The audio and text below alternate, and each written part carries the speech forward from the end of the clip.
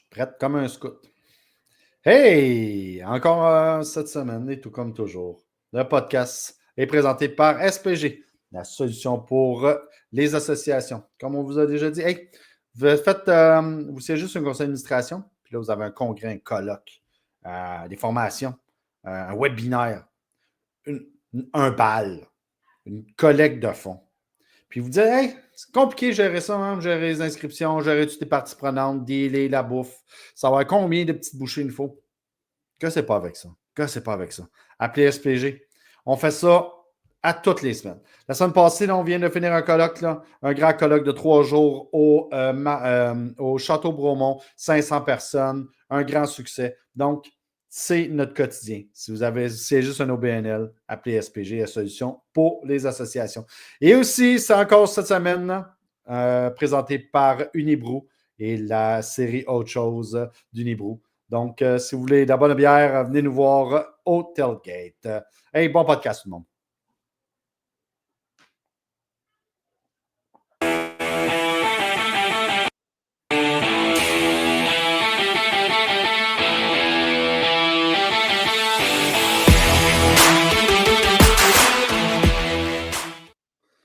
Oh, encore cette semaine en format réduit de notre conversation entre moi et Tam. En format réduit, on était parmi les seules personnes à être au stade ce week-end, donc c'est plus difficile de parler d'un match quand... Exactement. Tu sais, je le vois pas, là. Sylvain, puis en plus, comme la game n'était pas diffusée, c'est non, c'est ça. Pour nos deux partenaires des Hautes-Laurentides, c'est plus compliqué pour eux de venir parler d'une partie qu'ils n'ont pas. D'ailleurs, encore une belle foule de bleus, mais moins que d'habitude à Concordia. Ouais.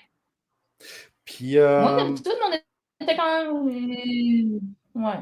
Ouais. Il y avait quand même 2 estrades vides, là. Ouais, c'est ça. C'est ça. Ouais. Et juste avant qu'on parle de la game, là, je vais faire du pouce sur le podcast d'aujourd'hui de nos deux collègues de la Coop de l'information qui parlaient justement, c'est Jean Carrier du Soleil, on en parlait juste avant de rentrer en ondes, moi, qui parlait puis qui évoquait le fait que aller à Concordia, c'est pas effrayant pour les équipes. Aller à Concordia, c'est peut-être la place la plus soft pour les équipes. Mais il a raison. C'était le homecoming cette semaine. C'était le homecoming.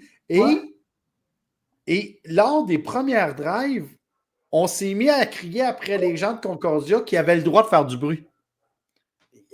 C'était pas drôle. Il n'y avait tellement pas de bruit qu'on entendait. On entendait les calls, ces lignes de côté. Ça n'avait pas de sens. Et on entendait les calls des coachs qui étaient de l'autre côté du terrain. Ça n'avait pas de bon sens. D'habitude, on n'entend jamais les calls. Là. Non. C'est que c'est triste. C'est triste, puis c'est plate en même temps parce que je l'ai dit la semaine passée, je suis sûr de l'avoir dit la semaine passée, c'est le fun à la Concordia. Premièrement, l'environnement est beau. Le stade, c'est facile d'accès. Le stade est relativement beau, très rudimentaire, très minimaliste, là, c'est pas le plus fun. Mais il y a de quoi de la fun? Je sais pas. Mais c'est beau à l'œil. C'est très petit campus anglo-saxon, en fait. Ouais. À la Bishop, à l'OUS, dans la façon que le stade est construit. Là, exactement. Puis en parlant, en disant l'OUS, c'est effectivement ça. Hein, ça ressemble beaucoup au petit stade qu'il y a dans le maritime. Là, mais bon. Donc, tout ça pour dire que oui, c'est pas très effrayant aller à Concordia et les Carabins l'ont prouvé encore une fois en neutralisant la ruche. D'habitude, on parle souvent qu'on fait un hostile takeover dans la ruche. C'est un peu ça. Là, c'est les Carabins qui l'ont littéralement fait. Ils n'ont donné aucune chance à ces pauvres Stingers. 52-2.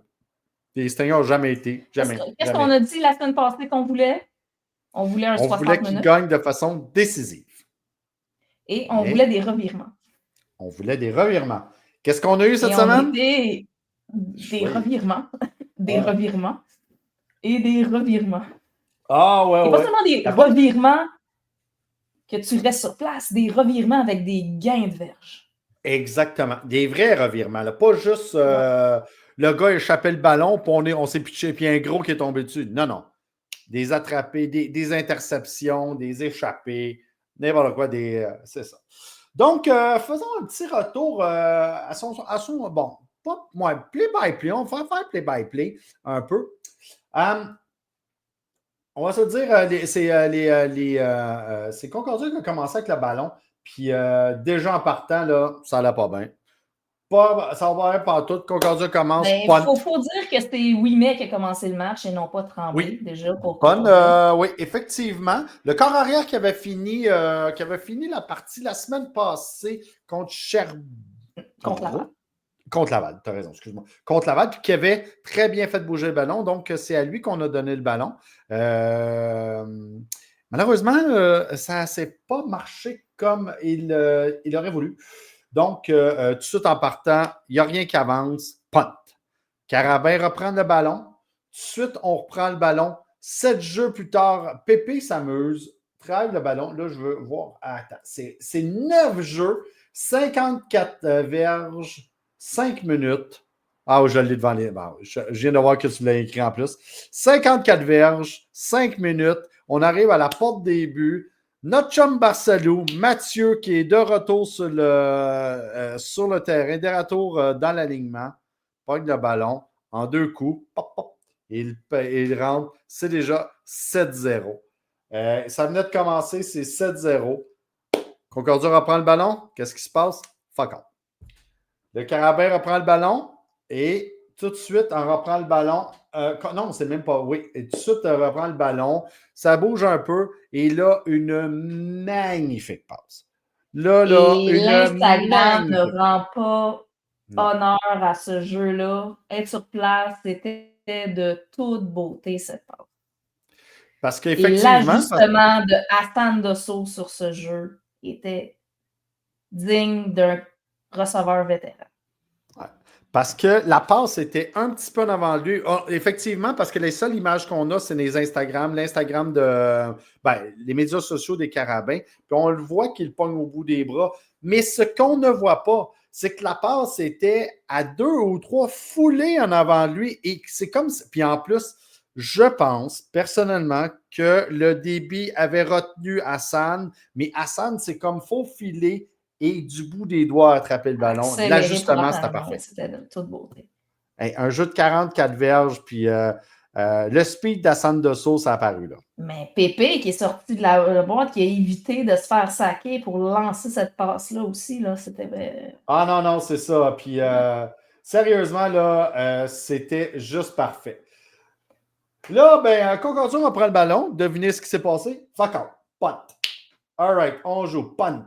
Puis les Carabins, c'était la même chose. Carabin, punt, Concordia, punt. Montréal, fun ball. Mais oui, Montréal échappe le ballon. Concordia reprend le ballon. Fuck off. Punt. All right. Et là, Montréal avance. Puis qu'est-ce qu'il fait? À vrai dire, la défensive de Montréal, et qu'est-ce qu'elle fait? Elle donne un save. Non, c'est plutôt, on reprend. mais le fumble, juste pour en revenir, c'était un plaqué sur Pépé. Pépé, par l'arrière, que Zemro vu le plaqué. Ah oui. Il a fait popper le ballon. Là. C'est pas, et c'était... comment je peux dire ça? Le O-line n'a jamais été bloqué. Le D-line n'a jamais été bloqué.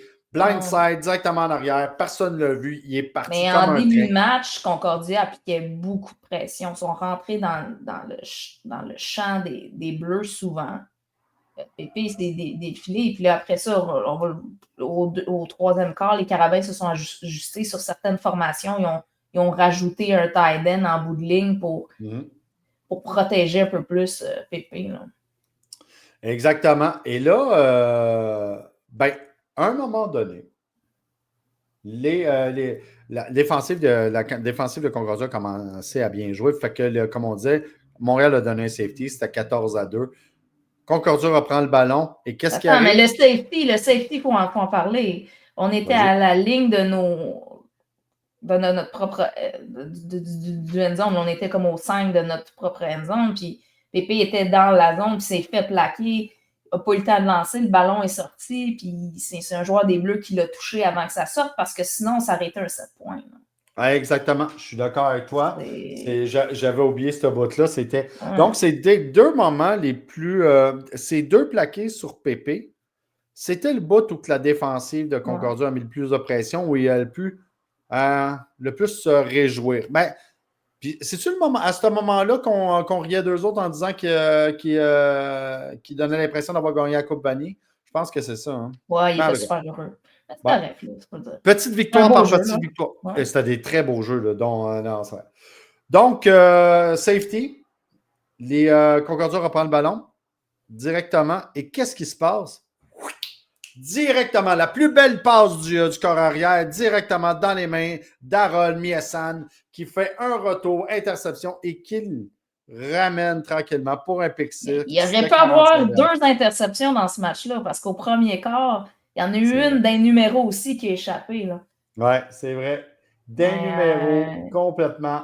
Je pense que défensivement, la couverture, parce que là, on va en parler, là, on a fait 5 interceptions dans ce match-là. Là.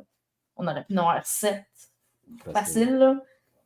Puis c'est toutes des interceptions, sauf celle qui était dans la end zone, qui a eu des retours, puis des bons retours, là, du 20 à 40 verges chacun. Là. Fait qu'on a gagné quasiment un terrain de football au complet juste avec les interceptions sur le positionnement. Ah oui. Je suis totalement d'accord avec toi. C'est fou, là. J'ai rarement vu ça. J'ai vu des matchs où il y avait beaucoup d'interceptions, mais c'est des interceptions que ta lecture est bonne ou tu te bats, puis là, le receveur il est proche de toi, fait qu'il te plaque.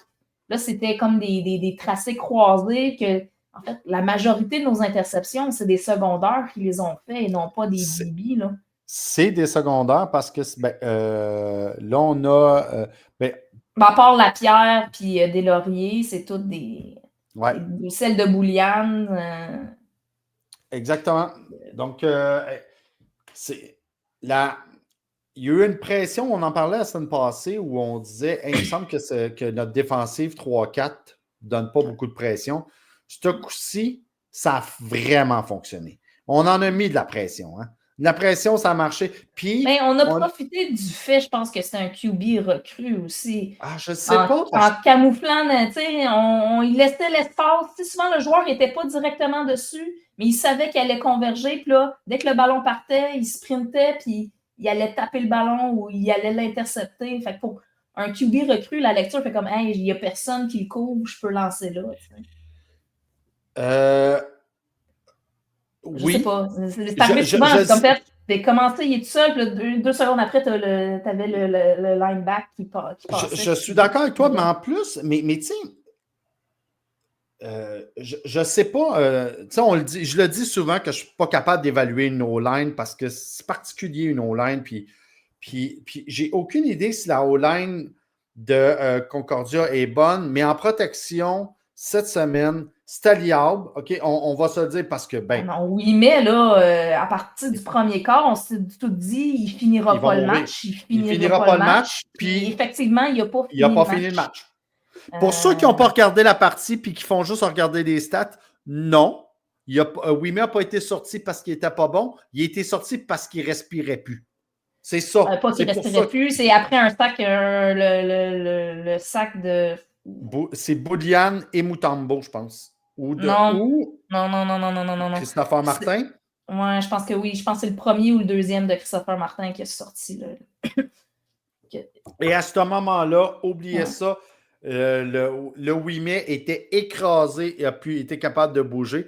Puis c'est plate pour lui parce que tout son état-major de son équipe collégiale était là pour venir le voir. C'était sa première sortie. Et voilà. Mais c'est ça. Donc, beaucoup de pression cette semaine. Mais je vais, juste pour le fun, là, je vais vous donner le nom de nos joueurs de ligne cette semaine. Qu'est-ce qui est en alignement? OK? On avait la première ligne, là, c'était Gabriel Maisonneuve, notre recrue Benjamin McDowell, notre 97, Jonathan Mutombo, 49, la recrue Christopher Martin et les deuxièmes backups, là.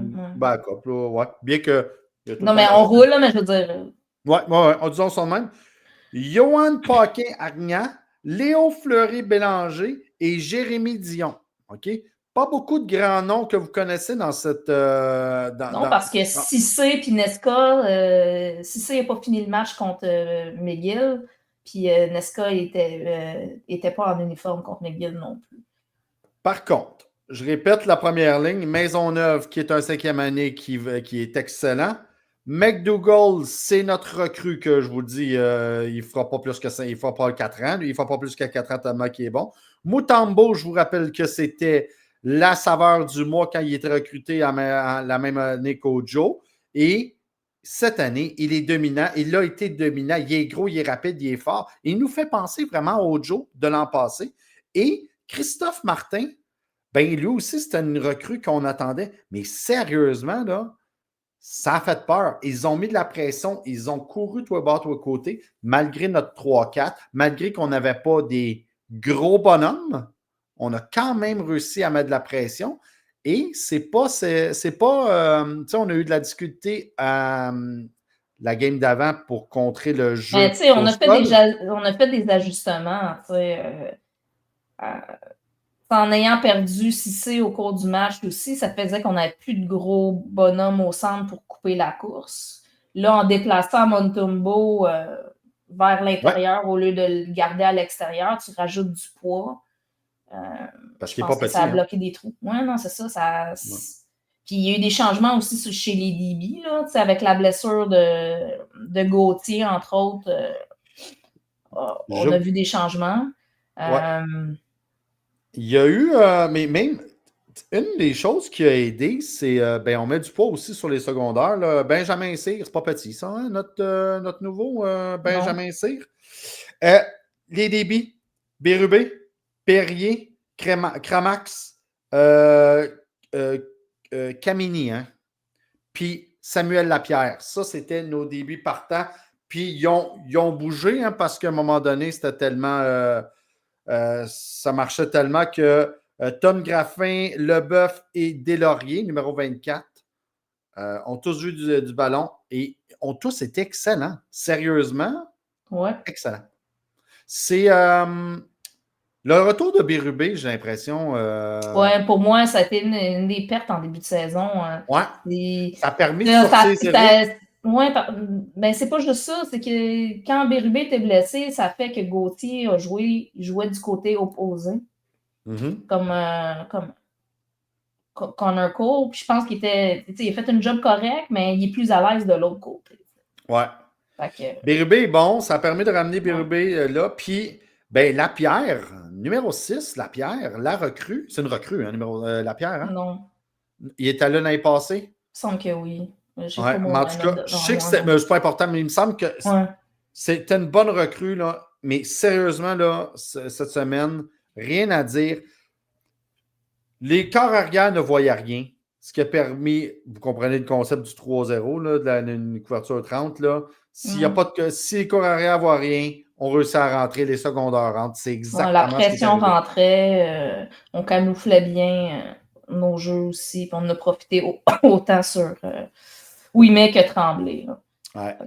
Je finis mon petit bonhomme de juste. Mais tu sais, pour en revenir sur le momentum du match, l'interception, le pick six de Messiaen, c'est là que ça a ouvert les valves et ça n'a pas arrêté. Là. Complètement, parce qu'après, tu as eu Messiaen, safety qu'on a donné, comme je vous ai dit, mais après ça, tu as eu l'autre grosse bombe, l'autre gros jeu qui était à James Leclerc. Un jeu, 12 secondes. Pouf! On dit, reste une minute, on achète le jeu profond, ça a fonctionné. Pouf, touché. Une drive, 75 verges, 12 secondes. Pow!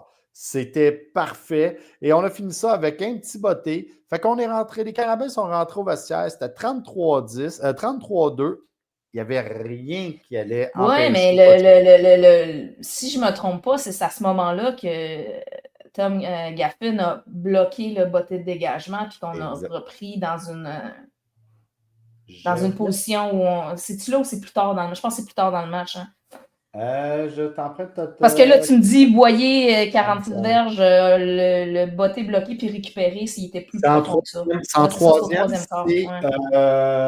il faisait un punt puis il y a eu un fumble. C'est ça. Ouais, c'est ça. Puis on l'a récupéré puis on l'a fait le toucher. Ouais.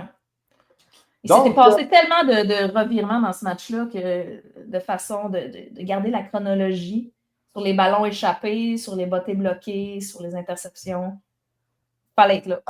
Non, ça n'a pas arrêté. En deuxième demi, bon, bien évidemment, on l'a dit, le corps arrière s'est blessé. Ça a mis un bon 10-15 minutes avant qu'il sorte il fallait qu'il s'assure qu'il soit correct avant de le bouger. Non. Il s'est fait vraiment. Donc, c'est le numéro 12 qui est revenu.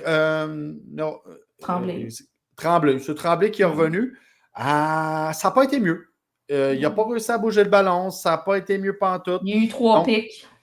Et voilà. Mais c'est ça, je m'en allais là. On a réussi à faire 3 touchés. 2 touchés. By the way, Barcelou a recommencé. Puis il y a eu Keita sur une petite course. Mais l'important, là, je vous parle des 3 dernières drives de Concordia. Donc, sur le kick-off, interception. 3 dernières possessions. C'est ça. C'est de même que ça a fini. Tu sais, on regarde les stats du match, là, les stats offensives sont pas. Pour le nombre de fois qu'on a marqué, c'est pas super impressionnant. On parle de 337 verges. Mais comme on disait, avec les interceptions qui couraient des verges, en fait, on a eu toujours sauf 2 ou 3 possessions, toutes nos possessions ont débuté en zone, en range de placement. Là. Exactement. Et on a 20 points sur des turnovers. Ouais. Mine de rien, c'est beaucoup. Ouais.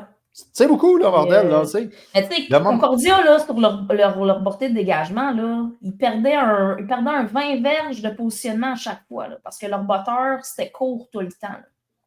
Sa moyenne, je pense, c'est 38 verges versus quasiment 50-60 pour le nôtre. Là. Ça faisait qu'à chaque fois qu'ils kickait, on gagnait du positionnement par rapport à la fois d'avant. Là, 5 interceptions, 135 verges de retour sur les interceptions.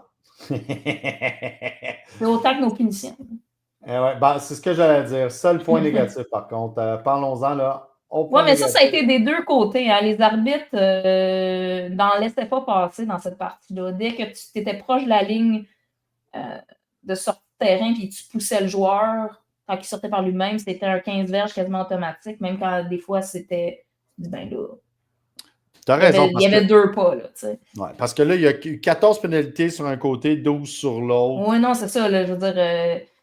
Puis c'était presque toutes des calls de rudesse, tout ça. Puis c'est pas pour rien qu'on a sorti Pépé tôt, là, dans ce match-là. Là. Pépé, parce qu'à un moment donné, ça se tapait sa gueule. Quart, là. Ouais. Puis il se faisait 2-3 fois qu'il se faisait plaquer seulement. Puis là, au score que c'était, on s'est dit, ben là, tu prends pas de chance, tu le sors, puis tu rentres Canal Charles, puis c'est ça.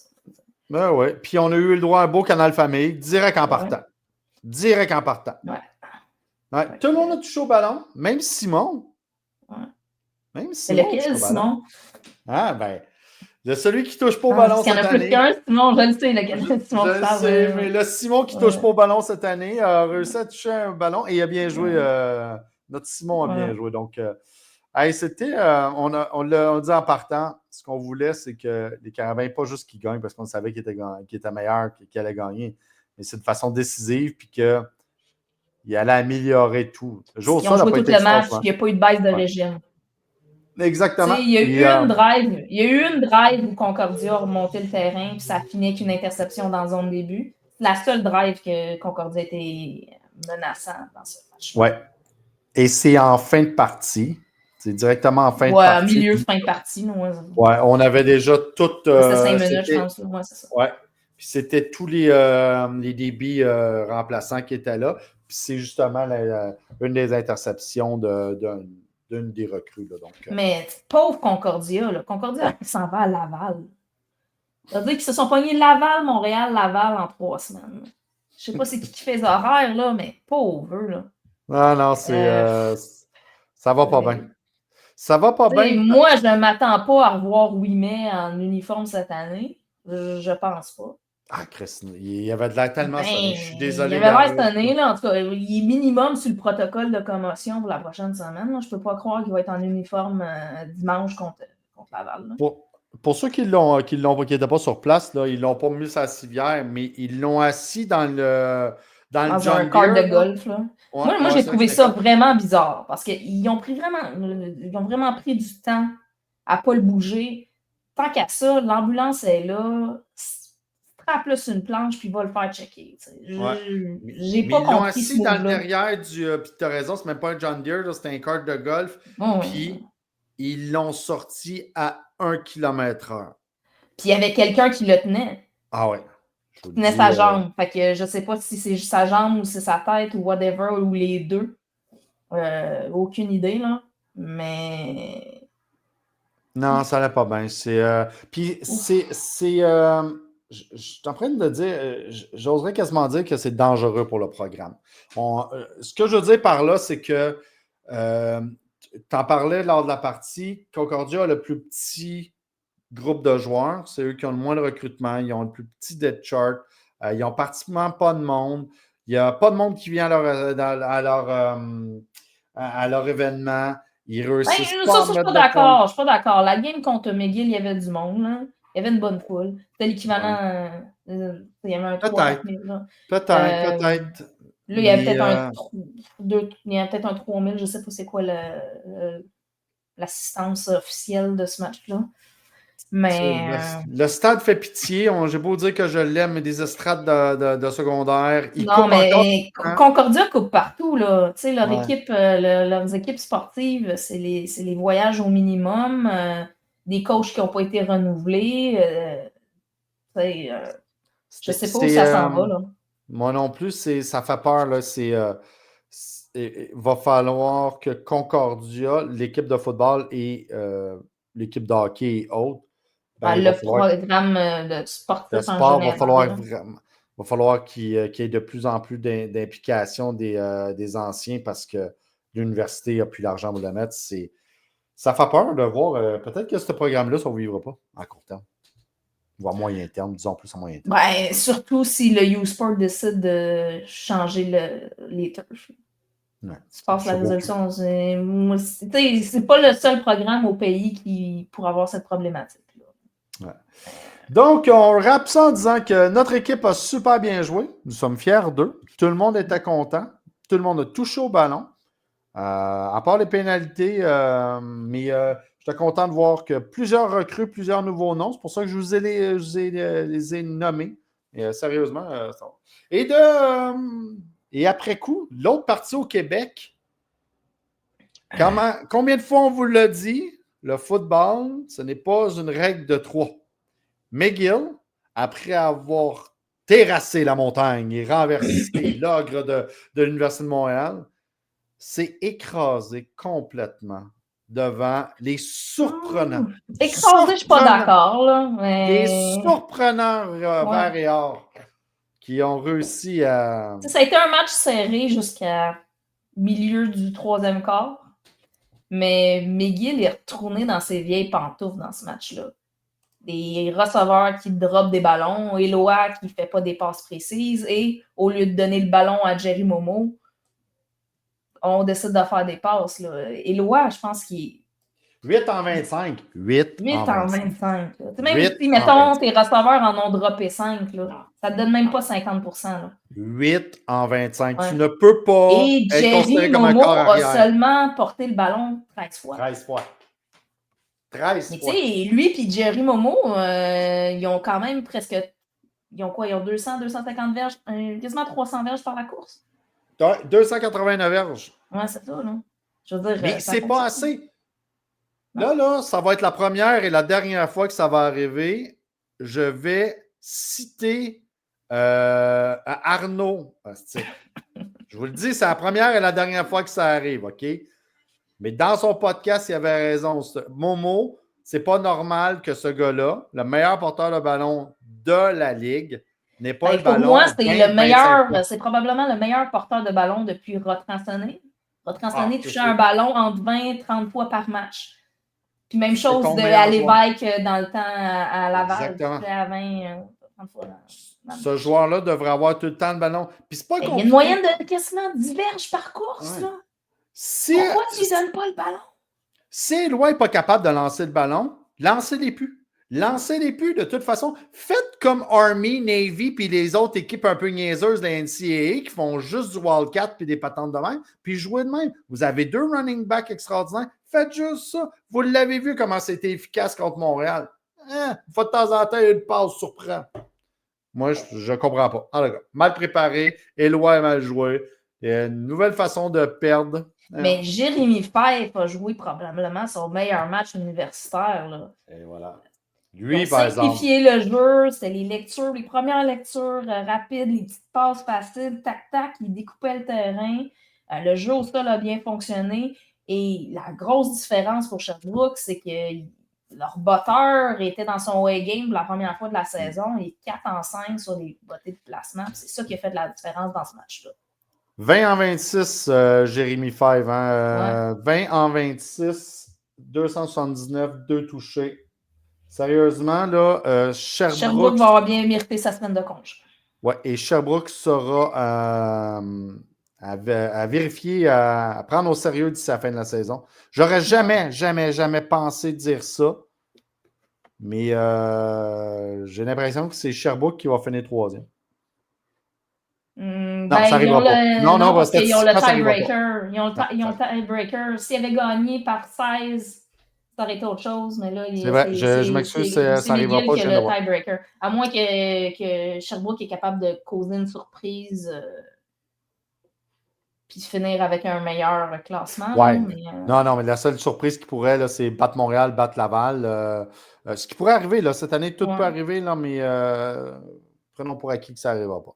Hey, un petit tour des Maritimes. BU, ça en est donné à cœur joie contre les pauvres Mount Allison, 54-3. Oui, en même temps que la game Sherbrooke-McGill. Ouais, et les petits chiens continuent leur. C'est vraiment tu as 3 équipes en Atlantique. Tu as Sainte-Marie, Saint-FX, puis Bishop. Puis, dépendamment de qui va gagner les tiebreakers, ben, c'est ça qui va décider de l'ordre. Le carrousel de qui peut gagner dans l'Ouest continue. Je peux pas croire. Alberta qui a gagné sa première game de la saison. De façon décisive contre UBC. Oui, mais la grosse surprise dans ce match-là, c'est qu'ils ont envoyé un corps arrière recru, puis qu'ils ont assis leur corps arrière vétéran. Et c'est ça qui leur a permis de bouger le ballon et de prendre l'avance tôt dans ce match-là. Est-ce que ce serait justement le moment décisif de l'année où on pourrait dire ben c'est ça qui va tout changer? Je croirais pas. Pour moi, c'est quand même l'équipe la moins bien bâtie ou qui est en train de se reconstruire, peut-être, disons ça comme ça, dans l'Ouest. Mais UBC, c'est un match qui va faire mal. Ouais, parce que là, pour les playoffs, là, parce que là, il va falloir qu'ils jouent quasiment parfaitement d'ici la fin de saison ou qu'ils en échappent juste une pour finir 4e ou 3e. Là. Les 2 autres équipes de Saskatchewan ont encore continué, qui mènent. En Ontario, mais la logique a été respectée un peu partout. Ça a été des blowouts partout. Là. Oui, je vois ça. En fait, ça a été de la blowout pas mal partout au Canada, là, en général, là, cette fin de semaine-là. Le match que je voulais parler, c'était Guelph contre Carleton. Ça finit 55-28, là, mais dans les faits, il y a un moment du match, je pense que c'est 55 à 7. Les points ont été marqués tard dans le match. Là. Guelph, 4 ou 5 interceptions dans ce match-là. Ils se sont donné des beaux positionnements. Ils ont bien joué. Ils se gardent dans la course pour les séries. Rien n'est joué, mais en battant Carleton, c'est eux qui vont avoir le tiebreaker contre eux. Okay. Si ça vient à être avec la même fiche, là, en Ontario, c'est tout le temps comme ça, si tu affrontes l'autre équipe. Puis Queens continue sur sa lancée. Sont très convaincants depuis un mois. Ça gagne, ça gagne, ça gagne. Oui, puis ils ont quand même créé une volée à York, qui n'est pas mauvais de cette année, là, qui a une bonne saison. Donc, ben, ils ont eu un bon début de saison, mais là, ça a ralenti un peu avec leur QB, je pense qu'il n'est pas à 100%. C'est un peu plus difficile. Ce qui nous amène à nos parties de cette semaine, avant de parler du Québec. Qu'est-ce qui t'intéresse? Qu'est-ce que tu nous suggères de surveiller? Ben, on va essayer de démêler l'Ouest, là. Ouais, vas-y. Ben oui. Non, mais je veux dire, c'est tellement serré. On gagne d'une semaine à l'autre. Je pense que l'affrontement entre UBC et les Bisons va être d'une importance pour que UBC revienne dans la course ou permette aux Bisons de se distancer de UBC et je comprends. avoir une fin de calendrier, disons, plus avantageuse. Et sinon, ben, les Rams contre les Dinos. Les Dinos aussi qui, eux, veulent faire les séries aussi. Fait que les deux dernières positions, probablement que ça va jouer entre UBC, Manitoba puis Calgary.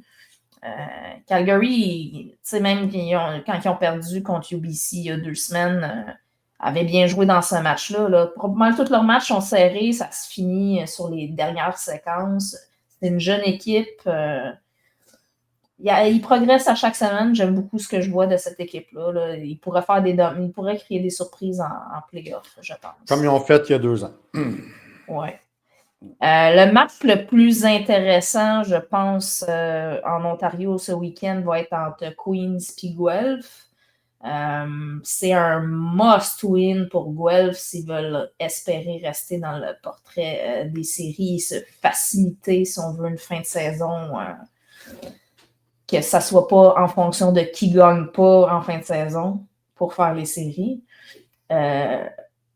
C'est à domicile, on verra. Moi, je pense que Queens va gagner ce match-là parce que c'est une machine qui est mieux huilée. Puis avec Guelph a des blessures de fou, un peu comme McGill. McGill a beaucoup de blessés aussi. Pour moi, c'est 2 équipes qui se ressemblent beaucoup dans la façon qu'ils sont construits. Ils ont des QB qui peuvent faire des merveilles, qui ont des bonnes jambes, mais que si une journée ne sont pas précis, ben, ça met un peu leur équipe dans le trouble. Et le dernier match du week-end, ben, c'est pas le dernier match dans les faits parce qu'il y a Laval-Concordia qui débute après, mais c'est le Panda Game. La traditionnelle beuverie de l'Ontario. Dimanche à midi. Ça risque d'être sold out. Les billets, je voulais y aller, mais j'ai laissé faire quand j'ai vu que les billets debout étaient à 60$. Mais non. C'est pour voir des jeunes high schoolers se torcher la face dans un stade. Les 4 derniers matchs, je pense que c'est de mémoire, c'est les GGs qu'ils ont gagnés. Là. Oui. Carleton, une belle séquence, mais pour moi, Ottawa est une meilleure équipe balancée que Carleton, mais avec le Panda Game, on ne sait jamais. On ne sait jamais la pression, ce que le fait.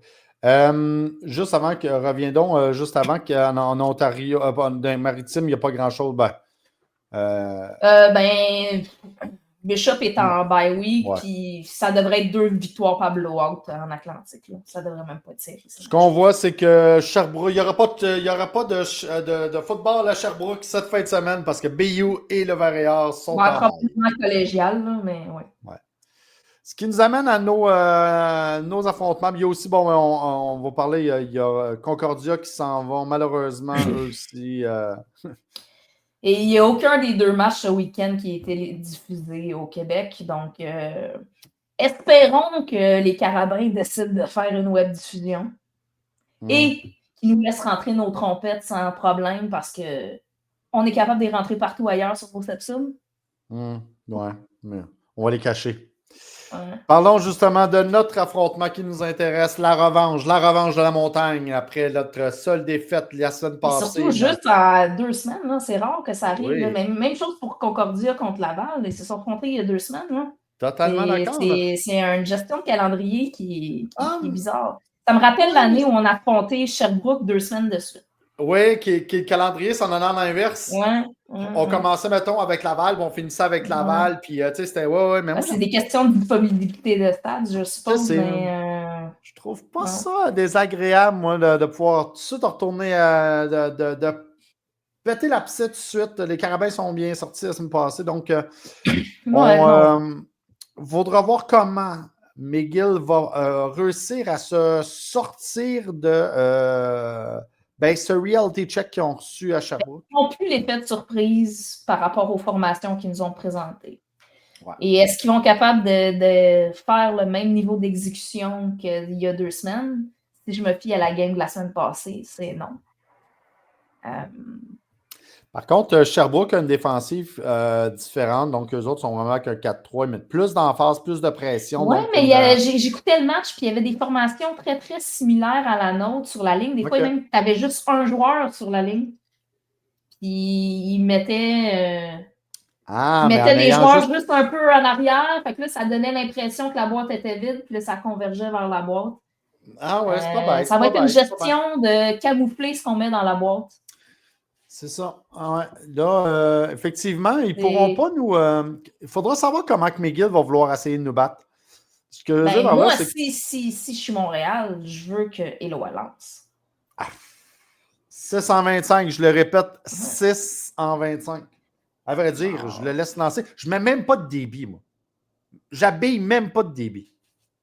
Mais juste des D-lines des secondaires. Ben non, parce que t'en as besoin de ces unités spéciales de tes débits. Là. Je le sais bien, là, mais j'en habille pas, c'ti. On va mettre. Ça va être des débits hybrides en secondaire. Là. Non, c'est ça. Puis tu sais, il faut faire attention à ça parce que, mine de rien, contre McGill, nos débits ont de l'air fou parce que, justement, il y a eu quelques bonnes passes. On s'y attendait. On mettait tellement de pression qu'à un moment donné, il y a un bon coureur. Puis, tu sais. Ça, c'est la joie du RPO. Là, je veux dire, ils ont tellement bien avancé le ballon par la course contre nous il y a 2 semaines que ça a libéré les 2 receveurs qui couraient leur tracé à quelques reprises. Là. Puis, contrairement à la semaine, il y a 2 semaines, à McGill, on a toujours de la difficulté. L'attaque a toujours de la difficulté. Non, au Sepsum, ça va être différent. Ouais, mais là, on va avoir Gosso, on va avoir Leclerc. Gosso-Leclerc. Tous nos joueurs sont là. La passe profonde d'ouverte. Ouais. Je pense qu'on peut faire du dommage sur leur couverture. Mine de rien, William Legault est habillé aussi. Je sais qu'il est. On n'a pas parlé, mais une des surprises sur le match la semaine passée, c'est pas de Mogunda puis pas de Wedens Alexandre. Oui. Wedens Alexandre et Muganda n'ont pas été habillés. Et Akwe était habillé. Mais il est sorti après le botté d'envoi. Il n'a pas vu de terrain. Il était parti se mettre en civil tout de suite. Je ne sais même pas s'il a fait le botté d'envoi, s'il était Non, on a botté le ballon. C'est ça. Il n'était même pas dans la formation. Ouais, fait que on a parce qu'il était listé comme notre retourneur principal, puis c'est là on a vu Leclerc sur certaines formations, sur les retours. Ouais. Puis Jamal Louis. Oui, puis Riopel. Mais c'est ça, à l'attaque, là, je ne m'attends pas à ce que ce soit aussi désastreux qu'à Concordia, qu'à McGill. Donc, tu sais, j'ai moins de crainte sur ce côté-là. Mais moi, offensivement, il y a 2 semaines contre McGill, je n'ai pas trouvé qu'on était. C'est les 2 interceptions qu'on fait mal, mais on bougeait bien le ballon. On bougeait bien le certains ballon. receveurs qui ont échappé des ballons alors qu'on n'échappait pas depuis le début de l'année. Puis c'est le seul match cette saison qu'on a eu ce problème-là. Ouais. On n'était pas capable d'étirer la défensive, par exemple. Non, mais je pense que là, tous les receveurs vont retrouver leur chaise aussi. Là. Ouais. Donc, mais c'est ça. C'est pour ça que je dis qu'avec le retour de William Legault, ça change de quoi? Mine de rien. Mais c'est un bon bloqueur aussi, là, Legault. Il est gros, il est grand, il est fort, il est rapide. Si Simon il joue aussi bien qu'il a joué cette semaine, ce sera peut-être la carte cachée aussi. Mais ce qui va vraiment être important, ce qui va vraiment être le fun de voir, c'est comment le moustachu trouvera la faille dans ce bloc, ce mur de O-line. Comment ils ne pourront pas nous faire le coup 2 fois. Mais on a les mêmes. Moi, ça va passer par le camouflage des. En fait, il faut rendre les lectures de schéma difficile pour Éloi. Ce que Sherbrooke a très bien réussi cette semaine. Puis, tu sais, Éloi, là, quand que tu y mets de la pression et qu'il n'est pas capable de lire, c'est là qu'il ne fait pas des passes précises. Puis, on l'a vu, le match contre Laval, ça a probablement été un de ses pires matchs en carrière. Parce qu'ils sont rentrés dans sa tête, il n'était plus capable de réfléchir. Puis c'est ça qu'il faut faire. Il faut rentrer dans sa tête puis prendre la seconde de trop pour réfléchir. Parce qu'effectivement, malheureusement, Éloi, qui est un carrière que j'adore, la précision, ça ne marche pas. Ça marche tu pas. ne peux pas être en bas. C'est le pire corps arrière en termes de pourcentage depuis le début de l'année. Je pense qu'il est 38e au Canada. Là. Il y a 27 équipes. Mais McGill est 50e sur 33. Non, c'est ça. Éloi, les autres années, il était autour de 50%. S'il est autour de 50%, les McGill seraient dans tous les matchs. Là. Ça va pas. Puis c'est pas juste, là, je suis désolé, ça peut pas être juste le fait que Simmons n'est pas habillé. Là, ils ont d'autres bons receveurs. C'est pas ça. Tu le voyais contre Sherbrooke, là, des fois, le receveur était tout seul. Exactement. Je sais pas. Il était tellement bien préparé contre nous autres, mais il y a aussi peut-être l'émotion. Hein. Ils ont peut-être vécu exactement ce qu'on a vécu contre eux. L'émotion. Oui, absolument. Un down, un crash, là. Va falloir faire attention. Moi, je peux pas les prendre. Ils nous ont battus, ils sont capables, ils savent comment. Puis, Éloi joue tout le temps super bien au Sepsum. Donc, ne prenons rien. Il va falloir jouer 60 minutes. Exactement.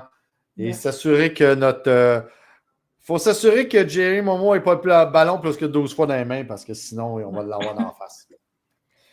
Hey, ça va être presque sold out, by the way. Si vous n'avez pas vos billets, faites vite parce qu'il en reste presque plus. Là. La section 6 est déjà pleine. Il reste la 2. Des billets dans 8. Ouais. Je vous le dis, ça va être une belle journée. Il annonce 25 degrés.